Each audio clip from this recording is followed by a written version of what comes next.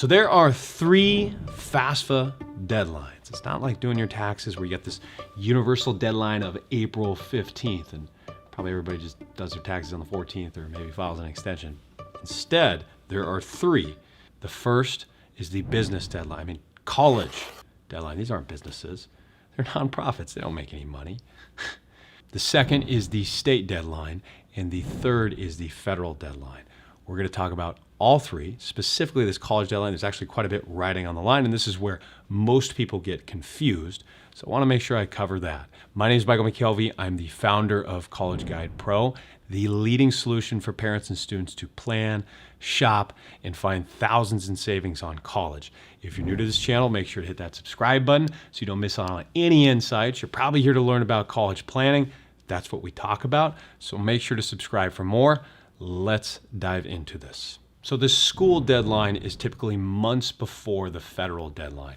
And that's where the confusion sets in. It's also confusing because every school has a different deadline. They might even have priority deadlines. So to figure out what the deadline is for the schools that you're looking at, gather the list of schools you're applying to, go to the financial aid webpage for each of those schools and look up the dates. Make sure that you get the FAFSA submitted to that school before that date. And I mentioned there might be a priority aid deadline that you'll also find on that webpage. That's ideally so you get the most amount of money. It typically coincides with the school's application deadline. So maybe just make sure that you submit the FAFSA in the same week that you're submitting that application, just so you don't forget about it. The second deadline is the state deadline. You definitely don't want to miss this because there's a finite amount of resources. There's only so much money they can hand out unless they print more, but our government would never do that. No, they wouldn't do that. But seriously here, there's a deadline you want to make sure you're aware of, and every state is different. At the end of the FAFSA, they might redirect you to your state's application. New York, for example, might redirect you to TAP. But it just depends on your state. You might have to go to that state's webpage and find the applicable forms, find out what you need to do to submit your information and qualify for any potential state aid.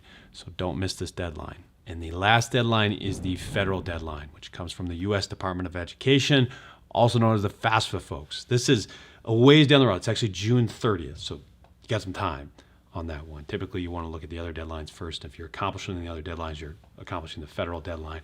But why does everybody have different deadlines? Well, everybody's got different prerogatives. They have different processes, but they all use the same form.